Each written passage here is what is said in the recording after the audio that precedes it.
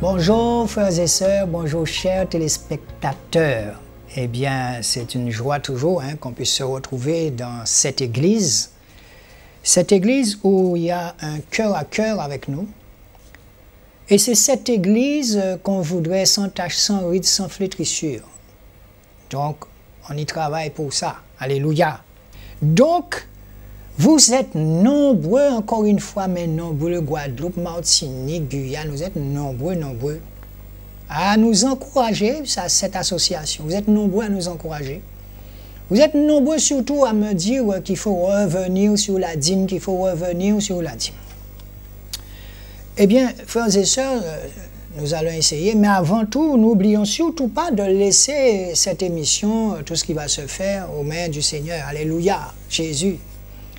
Seigneur Jésus, tu connais toutes choses et nous voilà devant toi comme ton petit troupeau. Seigneur, viens parler à ton peuple. Seigneur Yeshua, viens nous montrer ta direction pour nos vies. Jésus, nous t'aimons, Seigneur, nous t'aimons. Tu n'as pas besoin de nous pour faire ton œuvre, Seigneur. Et en même temps, tu nous dis, vous ne pouvez rien faire sans moi. Alléluia, Jésus, alléluia.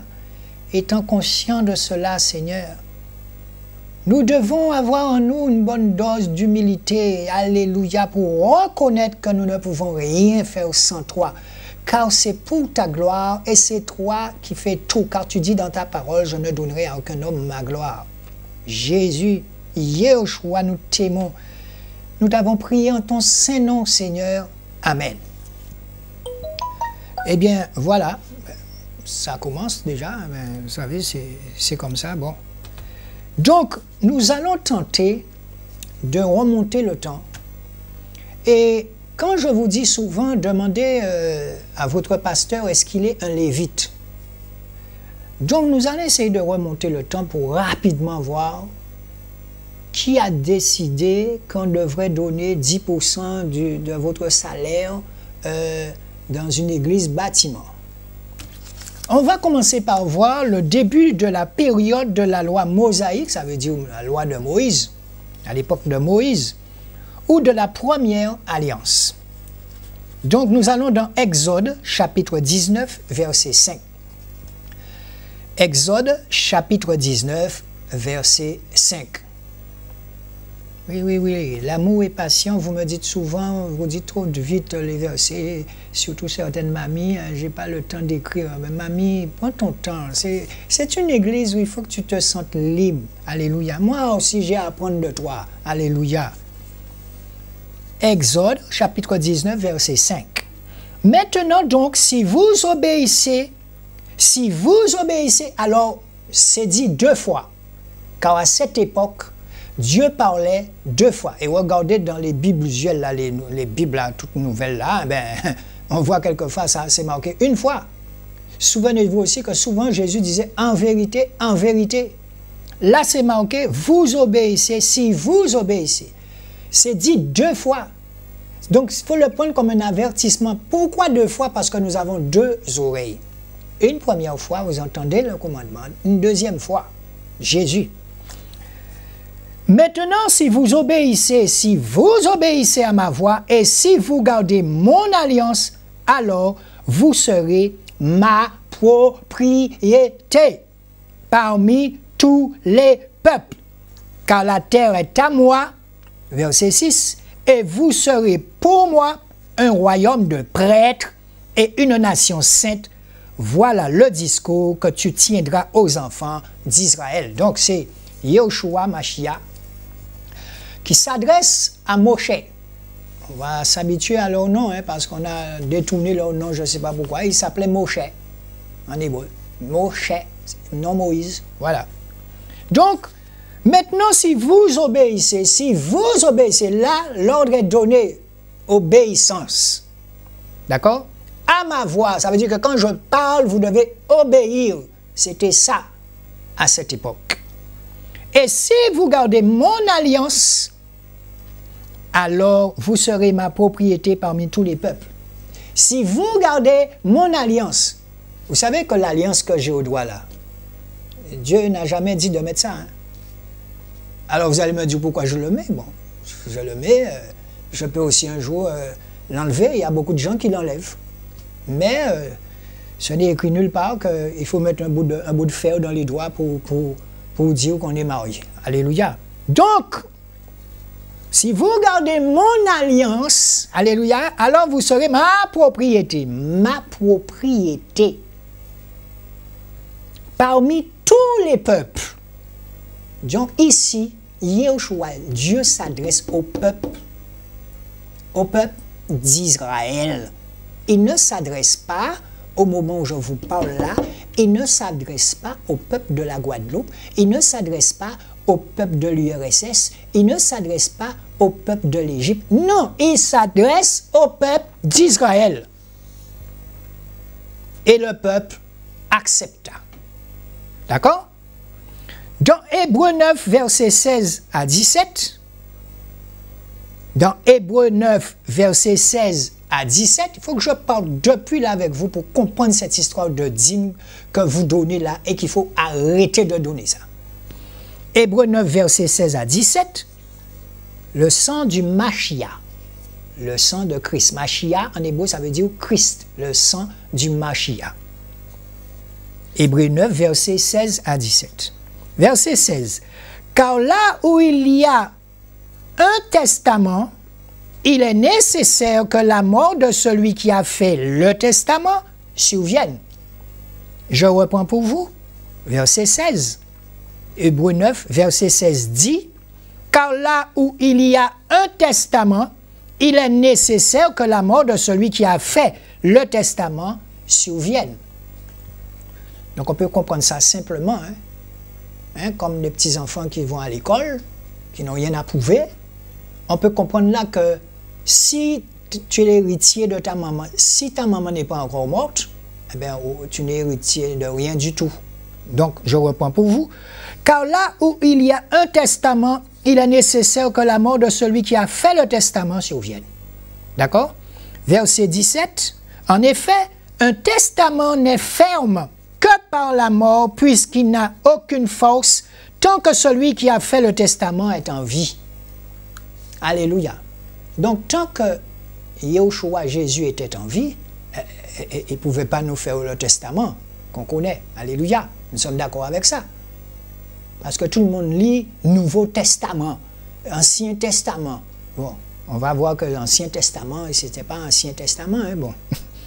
Ancien Testament, donc ça ne veut rien dire Ancien Testament. Nouveau Testament, on va voir tout à l'heure, on va voir. En effet, un testament n'est ferme, ça veut dire que quand vous passez devant le notaire, tout ça, le notaire va vous dire, voilà, votre papa est décédé, votre maman est décédée, eh bien voilà ce qu'il a écrit, voilà ce que vous allez hériter. Et à ce moment, il vous donne le papier, vous prenez note et vous signez. Vous devenez l'héritier de votre famille. D'accord? Donc, en effet, un testament n'est ferme que par la mort, puisqu'il n'a aucune force tant que celui qui a fait le testament est en vie. Verset 18. C'est pourquoi la première alliance elle-même n'a pas été inaugurée sans le sang. Verset 19. Car Moshe, après avoir prononcé devant tout le peuple chaque commandement selon la Torah, prit le sang de veau et des boucs avec de l'eau et de la laine écarlate et de l'hysope. Il en fit l'aspersion sur le livre et sur tout le peuple en disant, verset 20, « Ceci est le sang de l'alliance qu'Élohim a ordonné pour vous. » Ceci est le sang de l'alliance que Élohim a versé pour vous. De quel sang parle-t-on ici? D'accord? On parle du sang de veau, on parle du sang de bouc avec de l'eau, de la laine écarlate, de l'hysope. Il en fait l'aspersion sur le livre et surtout le peuple en disant, ceci est le sang de l'alliance qu'Élohim a ordonné pour vous. Donc, vous comprenez bien que le sang des animaux, eh bien, bon, ça ne pouvait pas servir d'alliance totalement. Donc, on disait ça à cette époque. Mais l'alliance de l'alliance des alliances arrive, il est en chemin. Parce que ce genre d'alliance ne pouvait rien nous léguer. Rien. Alléluia. Hébreux 10, versets 1 à 14, le sacrifice unique du Mashiach est supérieur à tous les sacrifices. Waouh! Ce que je vous dis là, hein? Alléluia. Hébreux 10, versets 1 à 14. Ça, en titre, le sacrifice unique du Mashiach, ça veut dire le sacrifice unique de Jésus. Yoshua, Mashiach veut dire Christ. Le sacrifice unique du Christ est supérieur à tous les sacrifices. Donc, en amont, on a vu qu'on faisait des sacrifices d'animaux, on faisait un tas de choses, vous comprenez, mais ça ne valait pas le sacrifice de Yahushua qui vient. Le sacrifice unique du Mashiach, unique, une seule fois. Et tandis qu'autrefois, dans le désert et tout, il fallait tuer des bêtes, il fallait faire tout ça, vous comprenez, hein? Bon. Car la Torah qui possède l'ombre, ça veut dire, on peut dire l'ombre de Jésus, son ombre à venir. Ah, donc, dans verset, hein, on est toujours dans le chapitre 10. Car la Torah qui possède l'ombre des bonnes choses à venir, et non l'image exacte des choses, ne peut jamais, par les mêmes sacrifices que l'on offre continuellement chaque année, sanctifier ceux qui s'en approchent. Je reprends pour vous. À cette époque où on faisait des sacrifices d'animaux, ça n'avait pas de grande valeur par rapport au péché. Puisque dans le verset 1, on dit « Car la Torah qui possède l'ombre des bonnes choses à venir. » La Torah, vous savez la Torah là, des Juifs, là, la Torah, qui possède l'ombre. On disait aussi que l'ombre de pierre pouvait guérir quelqu'un. L'ombrage à elle. Et là on dit, quand la Torah qui possède l'ombre, on entend par l'ombre, je veux dire l'ombre du Mashiach qui arrive, en chair et en personne, il arrive pour se sacrifier pour nous. Des bonnes choses à venir et non l'image exacte des choses ne peut jamais par les mêmes sacrifices, puisque c'était les mêmes sacrifices qu'on faisait tout le temps, emmener des taureaux sur l'autel, tuer la bête, répandre le sang par terre, tout ça pour le péché des hommes et tout. Vous comprenez? Bon, on faisait ça continuellement. Par les mêmes sacrifices que l'on offre continuellement, chaque année, sanctifier ceux qui s'en approchent. Là, on parle de sanctification. Donc, on dit que ça ne pouvait pas sanctifier les gens qui s'approchaient de l'animal ou je ne sais pas. Ben, c'est ça qui est écrit là. Il ne faut pas aller chercher midi à 14 heures. Les choses sont simples. D'accord? Donc, ça ne pouvait pas sanctifier comme Yahushua, la personne qui s'en approchait. Mais oui. Verset 14. Car par une seule offrande, il a rendu parfait pour toujours ceux qui sont sanctifiés. Jésus. Là maintenant, on va au verset 14. Qu'est-ce qu'il dit le verset 14? Toujours Hébreux 10.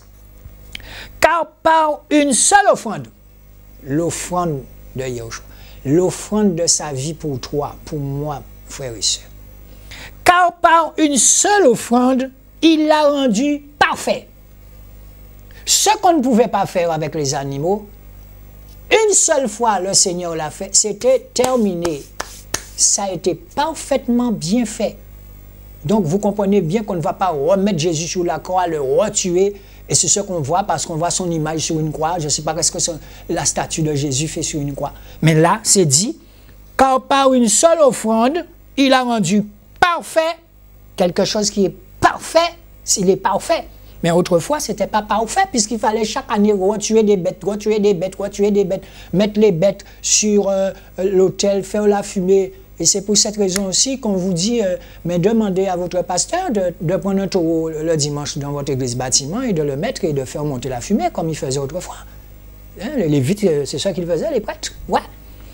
Donc, car par une seule offrande, il a rendu parfait pour toujours. Non seulement il y a le mot parfait, mais il y a le mot toujours. Ça veut dire que, frères et sœurs, le sacrifice à la croix de Yahushua, son sacrifice a été fait de façon parfaite. Tout le monde ne peut pas démonter ça.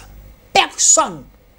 Puisque, On ne peut pas aller rechercher Jésus et le mettre sur une croix. Ça a été fait une bonne fois pour toutes.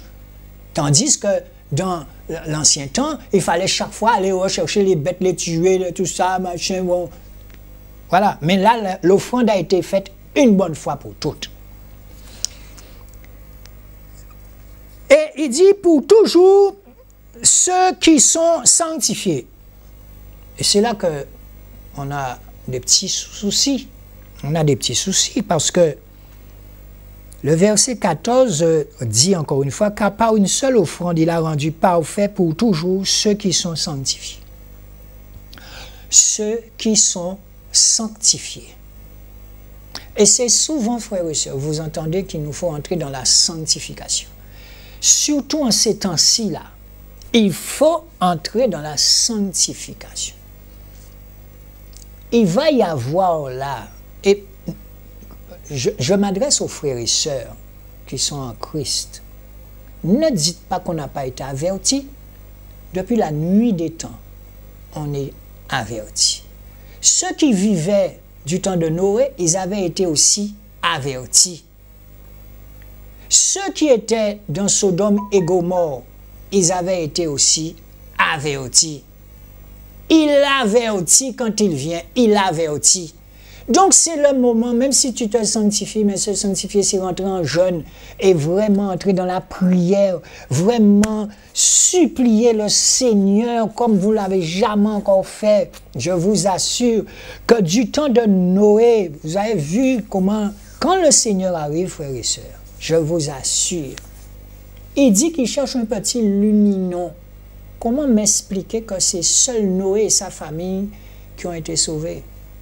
Alors, quand sera-t-il dans l'enlèvement lorsque Mashiach, Yeshua viendra? Nous sentons qu'il a la porte là avec tout ce qu'on sent, tout ce qu'on entend là. D'accord? Donc, on va voir le chapitre 10, verset 20. Qu'est-ce qu'il dit? Yeshua, Jésus, est le chemin qui conduit au sein des saints à la vie. Et Thomas lui dit, Seigneur, nous ne savons pas où tu vas. Alors là, il faudrait aller dans Jean 14, versets 5 à 6. Jean 14, versets 5 à 6. D'accord? Yeshua, Jésus, est le chemin qui conduit au sein des saints et la vie. La vie. Bon, et la vie. Bon, d'accord. Là, vous pouvez aller voir aussi dans Jean 14, versets 5 et 6. Donc, au moment en haut, là, on revoit le haut, on parle de sanctification. C'est des gens qui sont devenus amnésiques, qui ne comprennent pas c'est quoi là. C'est la sanctification qui te permettra d'échapper aux ruses du diable. Ta façon de te sanctifier va te permettre d'échapper. Quand le diable va attaquer, c'est parce que le Seigneur t'ouvra en toi quelqu'un qui se conduit d'après ce qu'il demande. On a vu plus haut comment il demandait au peuple, quand il parlait de ses commandements, comment il parlait au peuple. Donc là, plus nous descendons dans les versets, on se rend compte qu'il nous demande, pour que lorsqu'il viendra, vous connaissez l'histoire des vierges sages et des vierges folles, hein? Il faut qu'il trouve ta lampe allumée, en pleine sanctification. Nous avons de plus en plus de personnes qui ont des songes, qui voient l'enlèvement, comment ça va se faire. Alléluia. Alléluia. Il avertit toujours. Il avertit. Alléluia. Et vous pouvez voir, par exemple,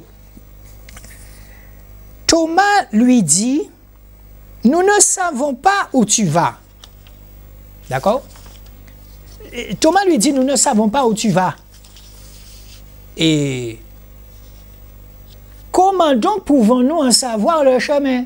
Vous voyez, il posait des questions au Seigneur, mais le Seigneur avait tellement d'amour en lui, tellement d'amour, il était tellement patient. Et on dit qu'il se sert toujours des choses viles, des choses auxquelles on ne s'attend pas à voir. Ah ouais, oui. Comment donc pouvons-nous en savoir le chemin? Verset 6, Yahushua lui dit, « Moi, je suis le chemin, la vérité et la vie. Personne ne vient au Père que par moi. » Il y a des versets, frères et sœurs, qu'il faut graver dans notre cœur. Vous savez, quand vous étudiez la Bible, vous avez étudié, vous allez parler, tous les gens vont vous écouter. Mais quand il s'agit de l'appliquer, c'est là le bas blesse. L'appliquer, quand on parle de connaissance correcte, précise et correcte de la parole, quand il s'agit de l'appliquer, c'est là. Je ne dirais pas qu'on voit qui est qui, mais il faut l'appliquer. On ne pourra jamais tout appliquer, mais il faut quand même l'appliquer. Tu ne peux pas me dire que ça fait 17 ans, 20 ans, 25 ans, 30 ans que tu es là et que tu n'arrives toujours pas à appliquer certaines choses. Donc c'est un éternel avancé, appliquer. Appliquer, c'est appliquer, ce n'est pas désappliquer, c'est appliquer une bonne fois pour toutes parce qu'il a donné sa vie une bonne fois pour toutes. Donc, je répète, je n'ai pas dit qu'on peut tout appliquer, mais on les faut appliquer quand même. Non? Moi, je ne sais pas, j'aime bien parler de mes expériences. Il n'y avait pas plus menteur que moi. Le Seigneur m'a appris à haïr ça. Il n'y avait pas plus susceptible que moi. Le Seigneur m'a appris à combattre cela. Donc, ça veut dire qu'en était 13 ans, 14 ans là, on n'a pas qu'à appliquer même alors. Et je veux que les gens m'acceptent avec ces vous avez des gens au cas où trouver 25 ans après, rien n'a pas changé là-dedans. Rien. Alléluia. Tandis qu'il y a des gens, ça fait 25 ans qu'on ne vous a pas vu, la personne qui vient chez vous, vous allez voir la personne ralentir et se demander est-ce que c'est vraiment la personne qui est là. Que ceux qui ont des oreilles entendent. Donc, comment donc pouvons-nous en savoir le chemin, lui demande Thomas. Et Yahushua lui dit, moi je suis le chemin, la vérité et la vie. Personne ne vient au Père que par moi. Et non pas par ton pasteur. Personne ne vient au Père que par moi. D'accord? Ça veut dire que quand tu es dans ta chambre, ou même, c'est un rapport intime entre lui et lui qui est en toi. Et personne d'autre. Alléluia. Puisqu'il a dit plus haut, eh bien, il fera de nous des prêtres. Des prêtres. Galates 4, versets 1 à 6 dit, « Mais aussi longtemps que l'héritier est enfant, je dis qu'il ne diffère en rien d'un esclave, quoi qu'il soit le seigneur de tout. Mais il est sous des tuteurs et des gestionnaires jusqu'au temps déterminé par le Père. » Quand un enfant naît dans une maison, c'est normal que ses parents vont regarder Jésus, ses parents sur terre ont pris soin de lui et tout ça, jusqu'à ce qu'il a commencé à leur dire, eh bien, un seul est mon papa. Ce qu'on a perdu là dans la foule, mais pourquoi vous me cherchez, mais un seul est mon papa. Mais il a encore dit ça il a dit ça lorsque on voulait le chercher, il prêchait dans une maison, il a dit, eh bien voilà mon père, voilà ma mère, il a dit ça à Marie. Il l'a dit, nous avons la même Bible. Ça veut dire qu'il sait très bien qui est son véritable papa. Alléluia. Galates 4, versets 1 à 6. Mais aussi longtemps que l'héritier est enfant, l'héritier, je peux dire que mon fils, c'est l'héritier de Yahushua, qui a donné sa vie pour lui. Il est encore jeune, il a 7 ans, 6 ans. Et enfant, je dis qu'il ne diffère en rien d'un esclave. Il est l'esclave d'amour de Yahushua. Quoi qu'il soit le Seigneur de tout, mais il est sous des tuteurs et des gestionnaires jusqu'au temps déterminé par le Père. Mais aussi longtemps que l'héritier est enfant, je dis qu'il ne diffère en rien d'un esclave. C'était le cas de Jésus aussi. Mais oui, tant qu'il est enfant, eh bien, c'est comme si Dieu a mis des gens là pour prendre soin de lui, pour le guider jusqu'à ce qu'il prenne le volant tout seul et il part. Et il commence à marcher sur l'eau. Voilà. Verset 3. Nous aussi, lorsque nous étions enfants, nous étions sous l'esclavage des rudiments de ce monde. Il faut comprendre ce que ça veut dire. Lorsque nous étions enfants, nous étions sous l'esclavage des rudiments de ce monde. Ça veut dire que le monde a tellement de choses et tout ça. Il faut faire attention à l'enfant, il faut le protéger de tout ça. Bon, faut lui dire de faire attention parce que dès que tu quittes la maison, eh bien dehors, c'est pas un monde comme le monde de la maison de maman et papa. Il faut lui expliquer c'est quoi le monde très tôt, le monde dans lequel le Seigneur l'a laissé. Donc, vous avez déjà vu une baleine, comment la baleine protège son enfant. Vous avez déjà vu même les animaux sauvages, comment ils mettent la main sur leur bébé, d'accord, jusqu'à ce que le bébé puisse s'envoler, prendre sa vie en main. Verset 4, mais lorsque l'accomplissement du temps est venu, Elohim a envoyé son fils né d'une femme, né sous la Torah. Mais lorsque l'accomplissement du temps est venu, Elohim a envoyé son fils né d'une femme, né sous la Torah, afin qu'il rachète ceux qui étaient sous la Torah, afin que nous recevions l'adoption. Alors, ceux qui vivent encore dans l'Ancien Testament, là, tout ça, sous la loi de Moshe, qui vivent toujours avec cette histoire de sabbat, alors qu'il vous dit « je suis le sabbat ». Il a donné sa vie à la croix. On a vu plus haut qu'à partir du moment où il avait donné sa vie, c'était terminé. Il n'y a plus de sacrifice à aller faire, il n'y a plus de tout ça à aller refaire. Il est le sabbat, il est en toi. Il est entré dans ta bouche, ça veut dire son esprit, on l'a reçu. Donc il est le sabbat en toi. D'accord? Voilà, c'est. Mais lorsque l'accomplissement du temps est venu, il a fallu qu'il y ait un moment où il doit monter sur la croix. Le voile s'est déchiré, tout ça. Elohim a envoyé son fils, qu'il aime tellement, pour toi et moi, ma soeur.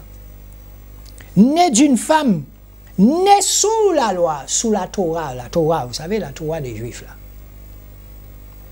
Afin qu'il rachète ceux qui étaient sous la Torah. Mais vous avez, il ne faut pas attendre même. Jésus-Christ a payé le prix pour vous. Vous n'avez plus à vous inquiéter de toutes ces choses. Et beaucoup me posent la question, oui, mais est-ce qu'il faut participer? Est-ce qu'il faut? La seule chose, c'est que l'esprit de Yahushua qui est en toi va te montrer comment te conduire. Il viendra t'enseigner toutes choses. Il viendra t'enseigner comment te comporter dans le monde dans lequel tu vis. Il viendra toujours te donner que de bons enseignements. Mais à une époque, c'était pas ça. Ils n'avaient pas l'Esprit Saint à cette époque dont je vous parle en arrière. Ils n'avaient pas l'Esprit Saint. Afin que nous recevions l'adoption. L'adoption. Quand vous adoptez un enfant, il devient votre enfant. Nous sommes adoptés par lui et il nous a fait héritiers. Il est mort, il est mort à la croix, certes, mais nous savons très bien qu'il est vivant en nous. Alléluia. Quand tu es dans un... Oh là, j'arrive même pas à expliquer ça. Quand tu es dans cette communication avec lui, il est vivant, son esprit est vivant en toi. Il te parle tous les jours. Il vient t'enseigner toutes choses. Il te dit, n'aie pas peur, va. Va comme tu es. Va avec ce que tu as à la télé. N'aie pas peur. Jésus. Et 6, et parce que vous êtes fils, Elohim a envoyé l'esprit de son fils dans vos cœurs, lequel Abba, c'est-à-dire Père.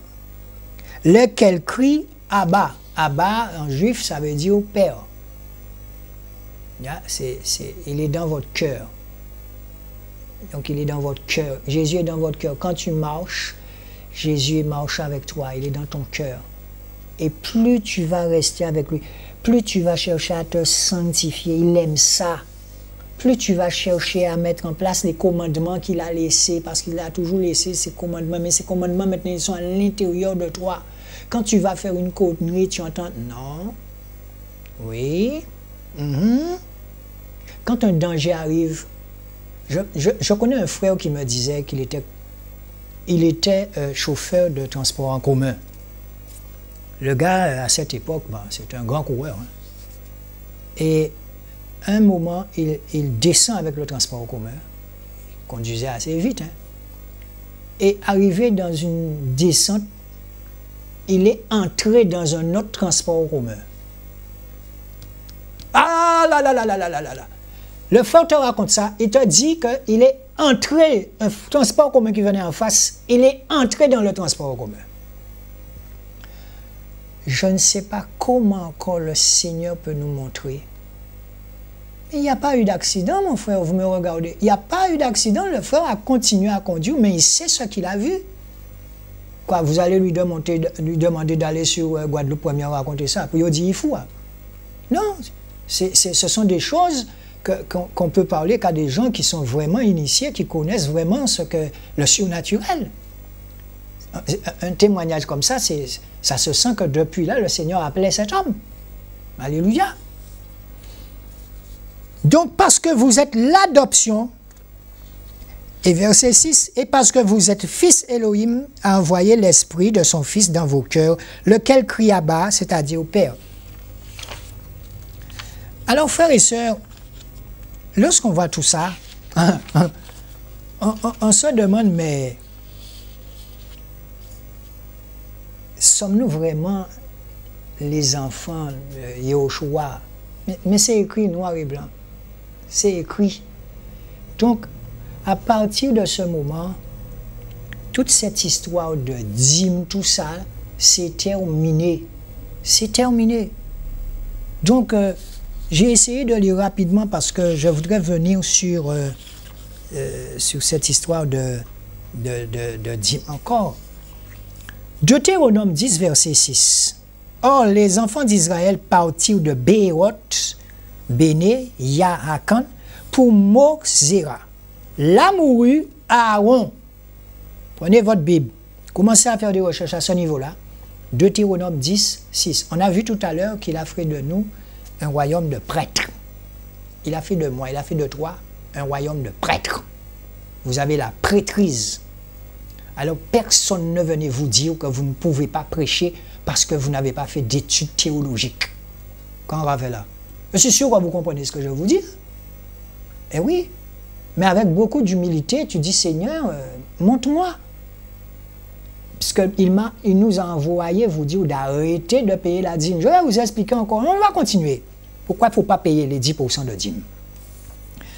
Chapitre 10, verset 6. Or, les enfants d'Israël partirent de Béhéroth, Béné, Yaakan, pour Mosera.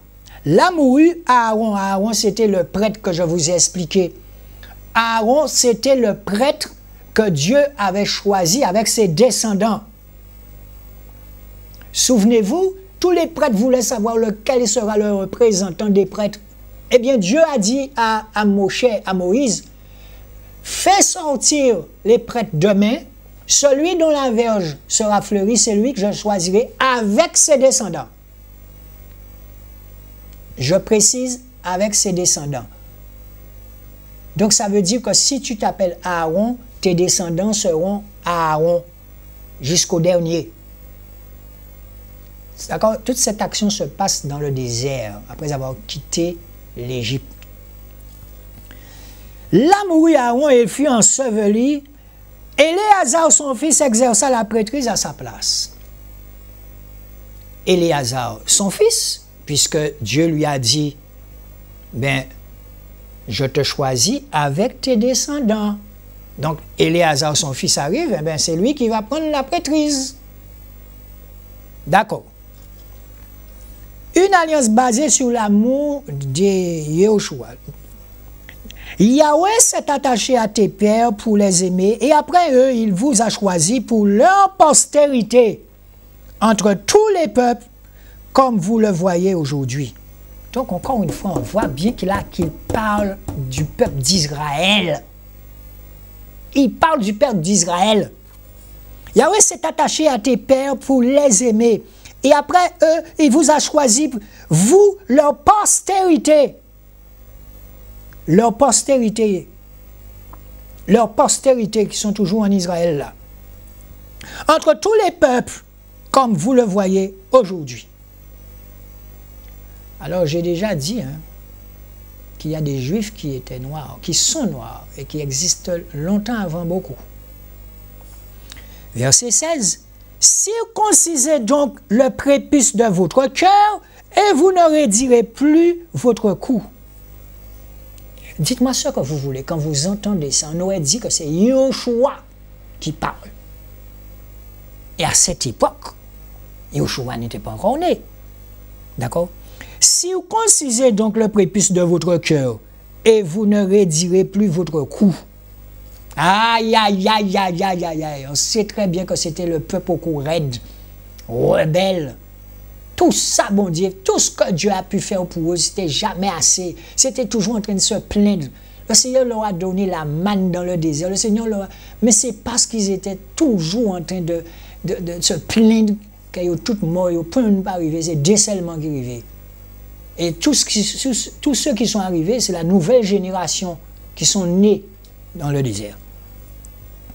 Circoncisez donc le prépuce de votre cœur, parce que vous savez que les Juifs, quand un enfant, jusqu'à maintenant, quand un enfant naît, on fait la circoncision. On fait la circoncision du bout du prépuce de l'enfant. On lui coupe, ça fait très mal, pour dire qu'ils sont juifs. Maintenant, moi, je n'ai pas besoin de faire de circoncision. Jésus me dit, ta circoncision, elle est dans ton cœur. Vous comprenez? Alors, nous sommes juifs aussi. Alléluia. Donc, on va dans le verset 22. Tes pères descendirent en Égypte au nombre de 70 âmes. 70 âmes sont descendues en Égypte. Et maintenant, Yahweh, ton Elohim, t'a fait devenir comme les étoiles des cieux, tant tu es en grand nombre. Donc, quand l'esclavage a commencé en Égypte, là, ils étaient 70. Mais après, ils ont commencé à se multiplier en Égypte. Et quand Pharaon a vu que les Israélites, les Hébreux, ils faisaient beaucoup d'enfants, ils ont commencé à devenir plus nombreux que les Égyptiens. Et bien là, on a commencé à les mettre en esclavage. C'est ça. Puisque s'ils deviennent trop nombreux, ils vont prendre l'Égypte. C'était ça là, dans la tête de Pharaon. Et oui. 17, car Yahweh, votre Elohim, est Elohim des Elohim, le Seigneur des Seigneurs, le El, Godol, Gibor, le redoutable qui n'a pas d'égard à l'apparence. Il n'a pas d'égard à l'apparence. Tu peux venir devant lui avec tous tes bruits, toutes tes franges, tout ça, c'est ton cœur qu'il vise.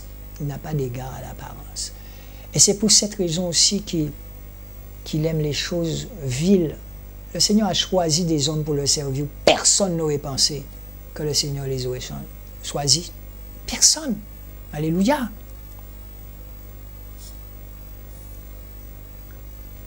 Le Seigneur des Seigneurs de El Godjibo, le redoutable qui n'a pas d'égard à l'apparence de personne et qui n'accepte pas de pot de vin. Waouh! Il n'accepte pas de pot de vin. C'est pour cette raison que par rapport à l'argent, nous sommes droits dans nos bottes. Cet argent-là, on va en parler tout à l'heure de cet argent. On va en parler tout à l'heure de cet argent de l'Église que vous nous envoyez. On va en parler tout à l'heure. Verset 19. Vous aimerez donc l'étranger quand vous avez été étranger dans le pays d'Égypte. Donc quand vous venez en Égypte, quand vous venez en Israël, c'est pour ça que les Israéliens ils vous accueillent. Bon, mais vous avez toute forme d'Israël, vous avez ceux qui sont extrême droite, vous avez toute espèce, mais n'empêche qu'ils sont très accueillants parce que c'est un commandement de Dieu pour eux. D'accord? Ils vivent toujours sous la Torah et certains, certains sont devenus juifs pour Jésus, par exemple. Il y a une association, oui, juifs pour Jésus. Alléluia. Deutéronome 12, verset 11. Et il y aura un lieu que Yahweh, votre Elohim, choisira pour y faire habiter son nom. Vous y apporterez tout ce que je vous ai ordonné, vos holocaustes, vos sacrifices. Il faut que vos pasteurs fassent des sacrifices de cabri et d'œufs. J'ai écrit ça comme ça là-dedans parce que là on parle d'holocauste. À cette époque, on donnait aux Lévites, le peuple donnait aux Lévites de l'argent pour entretenir le temple. Mais oui, pour entretenir le temple. Mais à cette époque aussi, ils faisaient des... Mais il faut demander à votre pasteur de faire des holocaustes aussi. Mais ces gens-là, ils étaient assignés dans le temple. J'ai déjà dit ça. Assignés, ça veut dire qu'ils n'ont pas sorti. Ou on dit dans là. Alléluia. Chapitre 12. Et là, vous vous réjouirez devant Yahweh, votre Elohim, vous, vos fils et vos filles, vos serviteurs et vos servantes, et le Lévite, qui sera dans vos portes, car il n'a ni part ni héritage avec vous. Donc dans l'Ancien Testament, le Lévite, eh c'est celui dont je vous dis, qui s'occupait du temple, tout ça. Le peuple emmenait de l'argent pour eux, pour s'occuper du temple. Alors qu'est-ce qu'ils ont fait? Ils se sont dit, eh nous sommes pasteurs, il nous faut nous occuper du temple, des temples bâtiments, là, des églises bâtiments. Il nous faut de l'argent. Mais ils ne sont pas lévites. Ce ne sont pas des lévites. C'est ça que vous devez poser comme question. Est-ce que tu es un lévite? Ou bien est-ce que tu es prêt à retourner dans l'Ancien Testament pour qu'on puisse te donner cet argent? Jésus. Les prêtres, les Lévites et même toute la tribu de Lévi n'auront ni part ni héritage avec Israël. Vous voyez comment ils mettaient les gens, ils mettaient les prêtres à part, les Lévites à part. Lorsque le Seigneur te met à part, l'ennemi cherchera toujours à mettre le grappin sur toi. Mais sans t'en rendre compte, l'Esprit te met à part. Les prêtres, les Lévites et même toute la tribu de Lévi n'auront ni part ni héritage. Moi, je suis héritier de Yahushua, mais eux, non. Avec Israël, ils mangeront les offrandes consumées par le feu de Yahweh et de son héritage. Ils n'auront pas d'héritage parmi leurs frères. Yahweh sera leur héritage, comme il leur a dit. Voici quel sera le droit des prêtres sur le peuple, sur ceux qui offriront un sacrifice, un bœuf ou un agneau. On donnera aux prêtres l'épaule, les mâchoires et donnera la première partie, l'estomac, la première partie de ton blé. Tu lui donneras la première partie de ton blé, de ton vin et de ton huile, ainsi que la première partie de toutes tes brebis. Donc, vous constatez que dans tout ça, il y a quelque chose qui ne colle pas là, dans les églises. Pourquoi ils ne font pas tout ça le dimanche? Il faut qu'ils fassent tout ça. Il faut amener à manger dans l'église. Il faut demander à celui qui est au chômage, mon frère, est-ce que ça va? Il faut lui donner à manger, il faut le soutenir. Lui-même va soutenir un autre. C'est ça l'église bâtiment. C'est ça l'église, pardon. C'est pas ce que vous faites, c'est pas ce qu'ils font. Non, ils ont mis en place l'évangile de la prospérité. Vous savez le nombre de pasteurs qui partent dans les églises. Vous avez pasteur 1, pasteur 2, pasteur 3, pasteur 4, pasteur 5, pasteur 6. Vous pouvez avoir pasteur 7, pasteur 8. Mais quand pasteur 2 voit que ça fait 30 ans qu'il est là, 30 ans en train de percer des murs dans l'église, 30 ans qu'il est en train de se sacrifier pour Yahushua, et 30 ans qu'il voit que, eh bien, c'est si on veut qu'il prêche, il va prêcher. On appelle ça mourir à soi-même, mais attention, parce que les loups déguisés sont très forts. Ils sont très forts. Parce qu'au Brésil, là, il y a des enfants qui sont dans la rue, qui prêchent la parole, mais incroyable, des enfants de 7 ans, de 6 ans. Ils ne sont pas des prêtres, ce sont des prêtres. Ils ont la prêtrise en Yahushua. Parce que quand le Seigneur nous demande de nous sanctifier, il connaît qui est qui. Il connaît qui est qui. Ouais, tout le monde a dit bon Dieu, bon, bon Dieu, bon, bon Dieu, bon. Ben là, c'est bon. En temps à Noé, c'est ça, il a dit bon Dieu, bon, bon Dieu, bon, bon Dieu, bon. En temps à Sodome et Gomorrhe, il a dit bon Dieu, bon, bon Dieu, bon. Non. Regardez bien, il avertit chaque fois. Il avertit.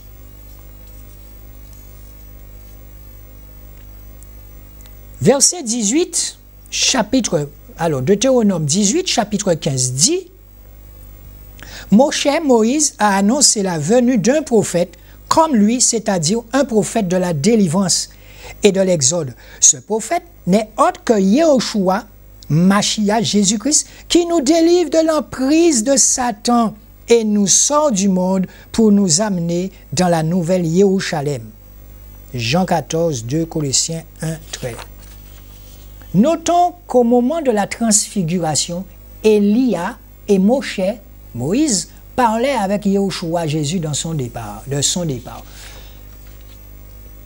On fait que lire ça, mais il faut comprendre qu'est-ce qui s'est passé.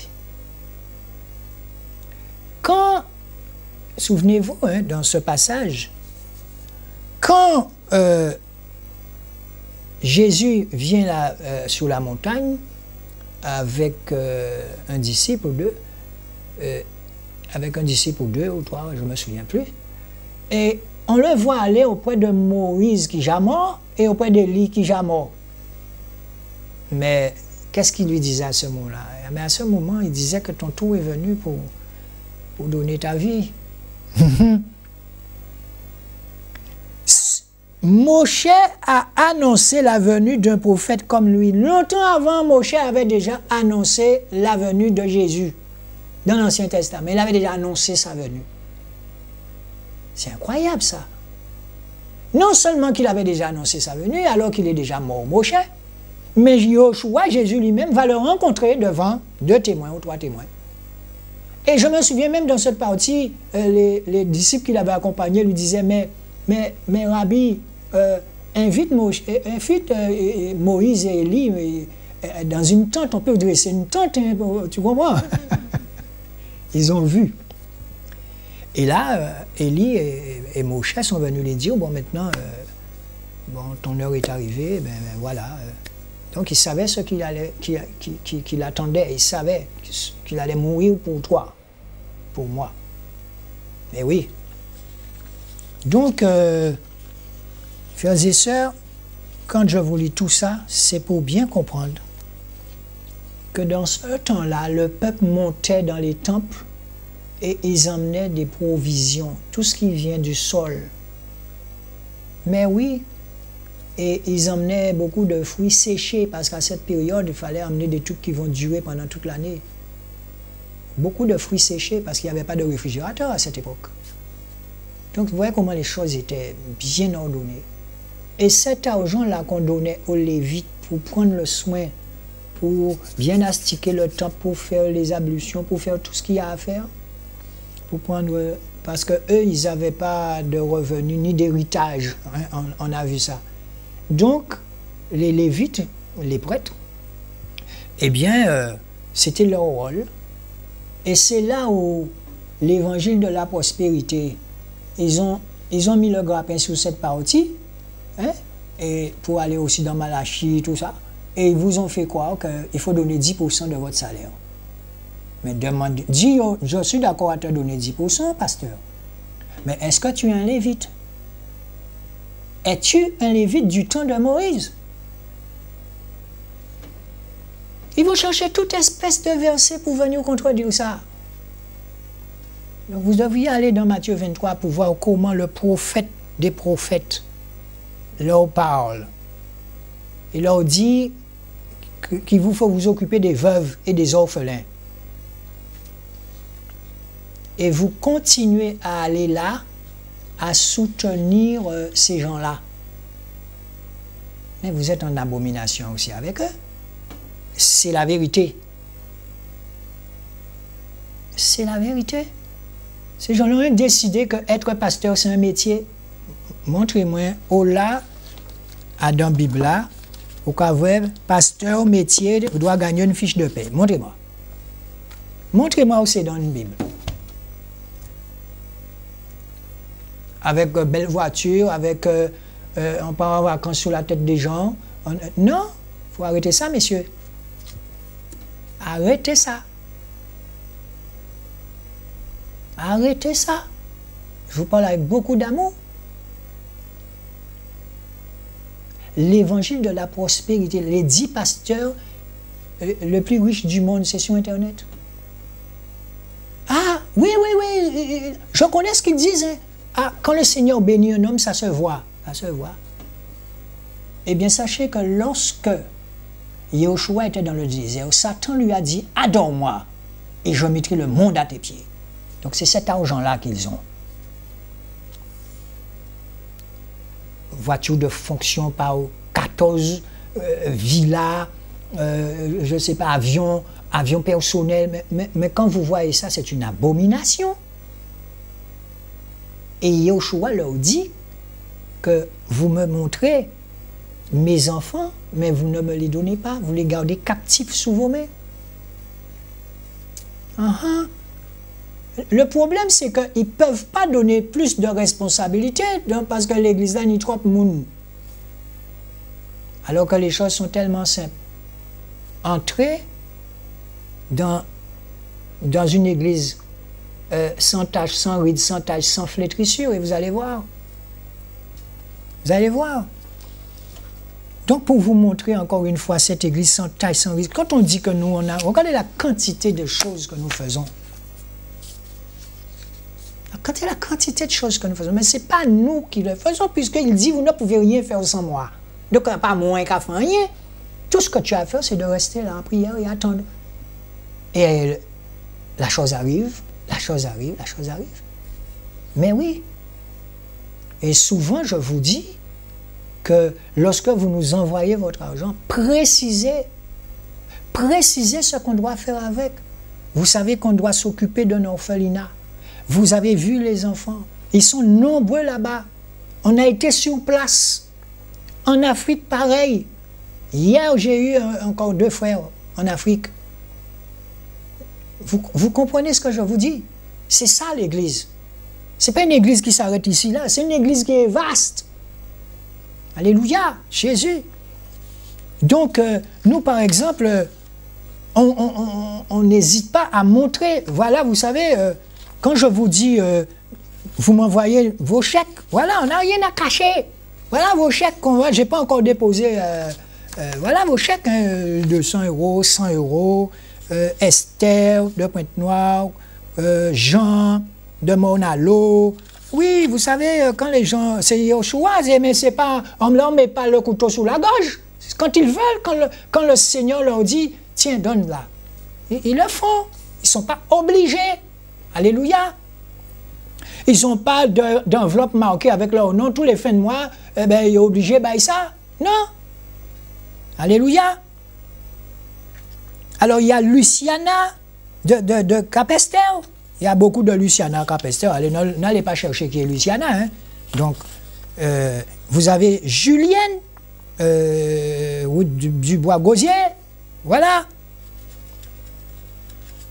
Il y a des chèques où on connaît une dame qui nous a donné 12 chèques de 10 €. Elle nous a donné 12 chèques, 12, ça veut dire 12 mois de l'année. Elle nous 12 chèques de 10 €. Il y a plusieurs comme ça. Plusieurs mamies qui nous donnent des chèques comme ça. Et c'est régulier, tu vois. Alléluia, Jésus. Mais les gens ne se sentent pas obligés. Ah ouais, il faut payer 10 moins. Non, Jésus n'est pas dans ça. Jésus n'a jamais forcé. Jésus n'a pas besoin de notre dîme. Mais non. Yahushua a fait de toi son héritier. Tout ce que tu as à faire pour obtenir ce que tu as besoin, c'est mettre ta foi et lui demander, exerce ta foi. Alléluia. Alléluia. Et bien évidemment, il va te donner ce qu'il te faut. Il te dit, tout est utile, Patrick, mais tout n'est pas nécessaire. Tout est utile, mais tout n'est pas nécessaire. Et souvent, je vous dis que quand vous nous envoyez l'argent pour Haïti, vous marquez Haïti. Il y a des gens qui nous envoient, il y a 2 chèques là où la personne nous a dit, faites ce que vous en voulez. Mais ce chèque-là, par exemple, on va l'utiliser pour les frais de l'association, on va l'utiliser pour Alizé Télévision, et on va envoyer une partie dans les orphelinats, et voilà. Alors j'ai une bonne nouvelle à vous annoncer, j'ai vu ça sur YouTube hier, et bien TV de vie, bon, le pain quotidien, mais tout ça c'est TV de vie. J'ai vu de gros tracteurs au Ghana, ils sont en train de construire sur un grand terrain des orphelinats. C'est beau. Et oui, ben, parce que là, l'euro a un poids. Voilà. Et beaucoup de gens aussi m'appellent pour me dire, oui, mais il faudrait qu'on s'occupe aussi de personnes chez nous. Ma soeur, tu sais, on s'occupe. Il y a toute une équipe. Vous me voyez là? Mais il y a toute une équipe qui travaille sur le terrain. Il y a toute une équipe qui vont faire des maraudes, qui apportent à manger aux gens. Ne t'inquiète pas sur ça. Ce matin, là, moi-même, j'ai été déposer un caddie rempli pour quelqu'un devant sa porte. La personne est souffrante. Et la personne n'est pas dans la maison, mais on va l'emmener tout à l'heure. Et c'est pas mon caddie, c'est l'argent du Seigneur. On n'a rien à voir dans ça. Il te dit, Patrick, fais ça, va là, fais ça, apporte ça pour ma fille. Patrick, prends ça là, apporte ça pour ma fille. Jean-Louis, prends ça là, fais ça, apporte ça là. Jean-Louis, prends ça là, apporte ça pour là. Francis, Dominique, prends ça, emmenez ça là. Voilà, Béatrice, voilà. C'est ça. C'est ça. Alors, je ne sais pas si j'aurai le temps pour ce qui concerne la dîme. Donc, j'ai déjà expliqué la dîme. Donc, je suis parti de très loin avec vous. Peut-être qu'on va continuer sur la dîme. Mais je suis parti de très loin avec vous pour vous expliquer, en ce temps-là, dans le désert, quand ils ont quitté l'Égypte, qui faisait tous ces processus, qui faisait tout ce genre de choses. Et même en Égypte, parce que bon, les Égyptiens ne voulaient pas que les Hébreux puissent faire leur culte. Non, ils faisaient beaucoup d'enfants. Ils envahissaient déjà toute l'Égypte. Pharaon a eu peur. Et s'il soulevait une armée? C'est ça. Alléluia. Donc, il vous faut savoir que il y a... mais qu'est-ce que la loi exactement? Beaucoup de chrétiens sont dans la confusion à ce sujet. Et en réalité, il n'y avait pas qu'une loi. Oui, parce que dans votre église, on vous fait croire qu'il n'y a que la loi pour prendre vos 10% et donner au pasteur. C'est faux. Il n'y avait pas qu'une loi qui consiste à prendre 10% de mon salaire et apporter à l'église. C'est faux. On va vous montrer toutes les lois de la dîme. Mais 3 sortes de lois. Les lois morales et les lois cérémonielles qui préexistaient depuis l'éternité et les lois civiles qui ont débuté avec Moshe. Les lois civiles qui ont débuté avec Moïse, Moshe, car elles ne concernaient que son peuple. Encore une fois, les Israélites. Jésus n'était pas encore à la croix à ce moment, d'accord? Les lois civiles régissaient le fonctionnement de la vie en communauté des Hébreux. Elles étaient exclusivement réservées au peuple d'Israël dans le camp, puis dans le pays de Canaan. Exode 21, versets 1 et 2. Deutéronome 23. Les lois morales, deuxièmement, font référence à la nature d'Élohim, son amour, sa justice, sa sainteté, etc. Les 10 commandements, à l'exception du Shabbat, tels que prescrits par Moshe, Exode 16, versets 28 et 29, Exode 16, 28 et 29, Lévitique 15, chapitre 15, verset 32, font d'autres règles morales, sont énoncées tout au long des Écritures, notamment sur la sexualité. Ensuite, l'interdiction des sacrifices humains et de l'occultisme, Deutéronome chapitre 18, versets 10 à 13. Le respect d'autrui et l'entraide, Lévitique 19, versets 10 et 18, versets 29 et 36. Comme il est impossible de consigner dans le livre tous les péchés moraux, le Seigneur a inscrit les lois morales dans le cœur de l'être humain afin qu'il sache instinctivement faire la différence entre le bien et le mal. Tu vois, encore une fois, c'est dans ton cœur. Vous savez très bien qu'on va faire un butin des mal, mais on va continuer à faire quand même. Romains, chapitre 2, versets 14 et 15. Yehoshua les a résumés en ces quelques mots. Tu aimeras le Seigneur ton Elohim de tout ton cœur, de toute ton âme et de toute ta pensée. C'est là c'est là le premier et le grand commandement, et voici le deuxième qui lui est semblable. Tu aimeras ton prochain comme toi-même. Ton pasteur doit t'aimer comme lui-même. Matthieu, chapitre 22, versets 37 et 39. Ces lois sont encore en vigueur aujourd'hui et le resteront pour toujours. Alors quand je dis que ces lois sont en vigueur toujours, aujourd'hui, mais je vous ai expliqué, hein, les 10% là que le peuple prenait sur lui et donnait aux Lévites, ce sont des choses qui sont déjà passées. D'accord? Matthieu 20, chapitre 22, versets 37 et 39. Ces lois sont encore en vigueur aujourd'hui et le resteront pour toujours. Les lois cérémonielles étaient relatives au culte et au sanctuaire terrestre, c'est-à-dire le tabernacle, le puits, le temple. Mais pourquoi vos pasteurs ne font pas tout ça, le tabernacle et tout ça, verser du sang? Pourquoi ils ne font pas ça? Il faut qu'ils fassent ça. Il faut qu'ils le fassent. Tu vois un bœuf pour la fumée, le bœuf là, aller monter à les voisins, il faut faire ça. Hein? C'est ça. Alléluia. Les livres de Lévitique et le nombre Bamidbar exposent en détail toutes les ordonnances reçues par Moshe d'après le modèle céleste que Yahweh lui avait montré sur le mont Sinaï. Exode chapitre 26, verset 30. Les lois cérémonielles préexistaient donc depuis l'éternité. Les lois cérémonielles représentent la première alliance qui avait pour fondement la loi morale. Or, cette alliance a vieilli, puis disparu. Alors, je vais le reprendre. Or, cette alliance a vieilli, puis disparu, car elle n'était que l'ombre des choses à venir. Ça veut dire l'ombre de Jésus qui venait. Je vais vous expliquer ça ce matin. Du temps de Moïse, là, l'ombre des choses à venir. L'ombre de Yahushua venait déjà pour se sacrifier, le deuxième Adam.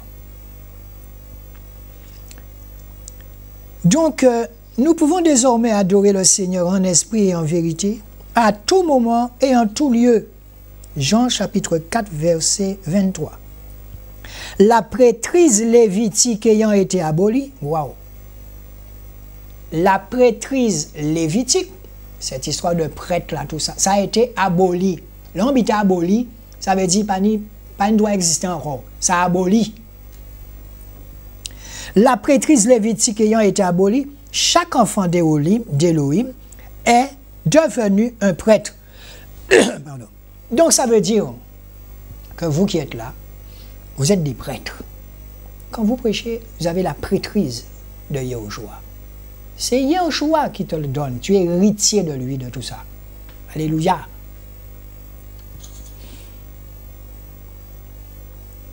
La prêtrise lévitique ayant été abolie, chaque enfant d'Élohim, chaque enfant, toi ma soeur, oui, toi mon frère, toi, d'accord? Tu peux exercer la prêtrise. Donc, j'aurais pu continuer, mais on n'aura pas le temps. Eh bien voilà, quand on parle d'église transparente, quand on parle de tout ce que les lois, là, tout ça que le Seigneur, que nous devons observer, quand on parle de sanctification, je vous invite à rester chez vous, à vous sanctifier, surtout ces temps-ci là qui viennent. Sanctifiez-vous de plus en plus, parce que l'ennemi veille. L'ennemi veille. Et tôt ou tard, vous saurez ce qui s'est passé. Même cette Bible que vous voyez là, on entend dire qu'on va la changer, qu'on va... Mais à partir de changer, on va changer Adam. Mais n'empêche que l'Esprit Saint, vous ne pouvez pas le changer. Il reste l'Esprit Saint. Et il est dans notre cœur. Il est dans notre cœur. Donc sur ça, je vous dis à dimanche prochain. Alléluia.